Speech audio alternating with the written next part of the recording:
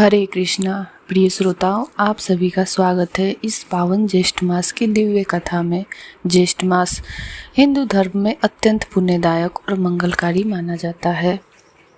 शास्त्रों के अनुसार इस मास में प्रत्येक दिन भगवान श्री विष्णु की भक्ति के लिए विशेष अवसर लेकर आता है। इस मास में प्रातः काल का समय अत्यंत शुभ और फलदायी माना गया है। जो भक्त ब्रह्म मुहूर्त में उठकर भगवान श्री विष्णु की पूजा, जप और कथा का श्रवण करते हैं, उनके जीवन में सकारात्मक परिवर्तन होने लगता है। सच्चे मन से की गई भक्ति से जीवन के सभी दुख दूर हो जाते हैं, मन की गहरी शांति प्राप्ति होती है और घर में सुख समृद्धि का वास होने लगता है। शास्त्रों में कहा गया है कि जो व्यक्ति अपने अंतिम समय में भी भगवान विष्णु का स्मरण करता है, उसे निश्चित रूप से मोक्ष की प्राप्ति होती है। महान ऋषि जैमिनी जी कहते हैं, भगवान का नाम लेने मात्र से ही पाप नष्ट हो जाते हैं और उनके दर्शन से मोक्ष निश्चित हो जाते हैं। इस धरती पर एक ऐसा पवित्र स्थान है जिसे पुरुषोत्तम क्षेत्र कहा जाता है, जगन्नाथपुरी। यह स्थान इतना पावन है कि यहाँ निवास करने वाले लोगों के पाप स्वतः नष्ट हो जाते हैं। यहाँ तक कि जो लोग अज्ञानवश भी इस धाम में पहुँच जाते हैं, उन्हें भी भगवान की कृपा से मुक्ति प्राप्त हो जाती है। कहते हैं कि जब इस क्षेत्र की महिमा बढ़ने लगी तो यमराज जी को चिंता होने लगी। उन्हें लगा कि यदि सभी जीव यहाँ आकर मुक्त हो जाएंगे तो उनके न्याय का कार्य कैसे चलेगा। इसी चिंता में यमराज जी नीलाचल धाम पहुँचे और भगवान जगन्नाथ की स्तुति करने लगे। यमराज ने भगवान से कहा, हे प्रभु, आप ही इस सृष्टि के रचयिता, पालनकर्ता और संहारकर्ता हैं। आप ही सूर्य और चंद्रमा के रूप में इस जगत को प्रकाशित करते हैं। आप ही शरण में आने वाले भक्तों के सभी पापों का नाश करते हैं। हे प्रभु, आपकी महिमा अपार है। आपकी कृपा से ही जीव इस संसार के बंधनों से मुक्त हो जाता है। इस ज्येष्ठ मास में यदि हम सच्चे मन से भगवान विष्णु की भक्ति करें, उनका नाम जपे, कथा सुने और दान पुण्य करें तो हमारा जीवन भी सुख, शांति और मोक्ष की ओर बढ़ता है। तो आइए इस पवित्र मास को व्यर्थ न जाने दे और अपने जीवन को भक्ति से भर दे। अब हम सुनते हैं वह रहस्य जिसे स्वयं माता लक्ष्मी ने प्रकट किया। माता लक्ष्मी कहती हैं, पुरुषोत्तम क्षेत्र अर्थात जगन्नाथपुरी ऐसा दिव्य धाम है जहाँ कर्मों का बंधन समाप्त हो जाता है।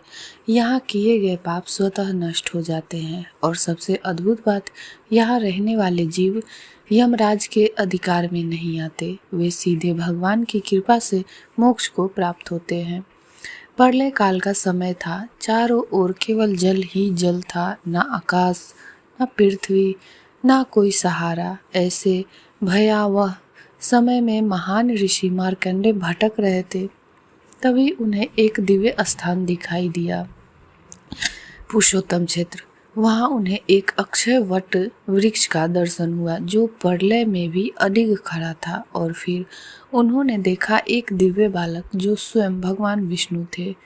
वह बालक मुस्कुराया और ऋषि मार्कंडेय अनायास ही उसके मुख में प्रवेश कर गए। अंदर का दृश्य देखकर वे चकित रह गए। उन्होंने देखा 14 लोक, देवता, ऋषि, पर्वत, नदियाँ, समुद्र, पूरा सृष्टि चक्र, पूरा ब्रह्मांड जो बाहर नष्ट हो चुका था, वह सब उस बालक के भीतर सुरक्षित था। तभी ऋषि को समझ में आया, यह कोई साधारण बालक नहीं, स्वयं साक्षात परमात्मा है। यह क्षेत्र कोई सामान्य स्थान नहीं, यह भगवान का सनातन धाम है। यहाँ न सृष्टि का आरंभ होता है, न प्रलय का अंत। यहाँ जन्म और मृत्यु का कोई बंधन नहीं। यह वही स्थान है जहाँ आत्मा अपने असली स्वरूप को पहचानती है। इस अद्भुत अनुभव के बाद ऋषि मार्कंडेय ने वहीं रहने का संकल्प लिया। भगवान विष्णु प्रकट हुए और उन्होंने वरदान दिया, तुम तपस्या के बल से मृत्यु पर विजय प्राप्त करोगे। और इसी स्थान पर स्थापित हुआ पवित्र मार्कंडेय कुंड। पुरुषोत्तम क्षेत्र के समुद्र तट पर स्थित है यमेश्वर शिव। कहा जाता है कि जो भी यहाँ सच्चे मन से दर्शन करता है उसका यमराज का भय समाप्त हो जाता है और उसे करोड़ों शिवलिंग की पूजा के बराबर फल प्राप्त होता है। इस पूरी कथा से हमें एक गहरा संदेश मिलता है।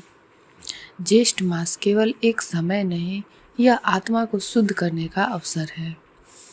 इस मास में भक्ति करें, भगवान का नाम जपे, कथा का श्रवण करें और यदि संभव हो तो पुरुषोत्तम क्षेत्र की महिमा का स्मरण अवश्य करें, क्योंकि यह केवल एक स्थान नहीं, यह मोक्ष का द्वार है और अंततः भगवान विष्णु की शरण ही जीवन का परम लक्ष्य है। तो आइए इस ज्येष्ठ मास में अपने जीवन को भक्ति से भर दे और भगवान के चरणों में अपनी आत्मा को समर्पित करें। अगर आप भी चाहते हैं कि आपके जीवन से दुख दूर हो तो इस कथा को शेयर जरूर करें और भगवान का नाम अपने जीवन में जरूर शामिल करें। हरे कृष्णा।